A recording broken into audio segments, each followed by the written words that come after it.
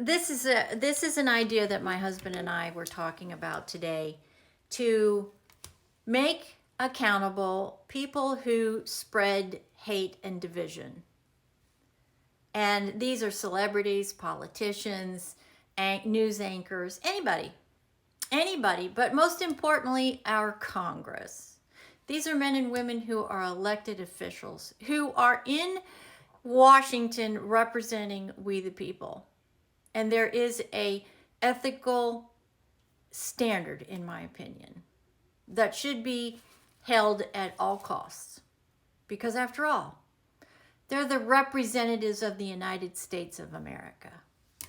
And there should be an ethical punishment when they violate ethics. So here's an idea. Just in the last, let's just say since President Trump was reelected, we'll just use 8 months.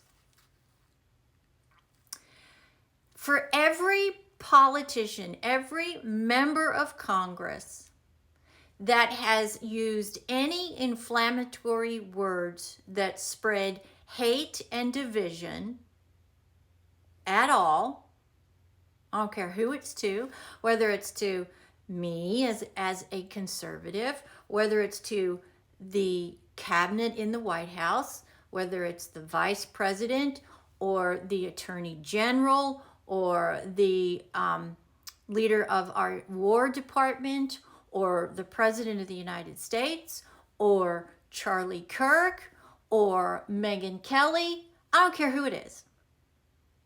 If any sitting member of our Congress does not act in a congressional manner, in an American manner, and they spew hate and division, they should be fined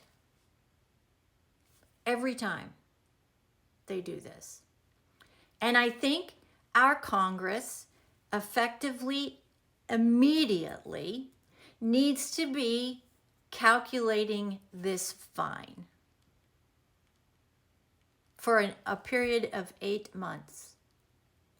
This means Pelosi and Schumer and Crockett and bloggers and anybody else, The View, anybody that has actively, knowingly, as a member of Congress, said these things, for each and every time they have done it, they should be fined $5,000. And I think Congress, the Ethics Committee, needs to go back to January 1, 2025. It's a massive number. Massive number. But I'm sure Doge could probably figure it out in a day. So Doge, I'd like you to go out and I'd like you to calculate how many of our elected congressional officials from today back to January 1 have spread and verbalized these words of hate and division each and every time they have said it.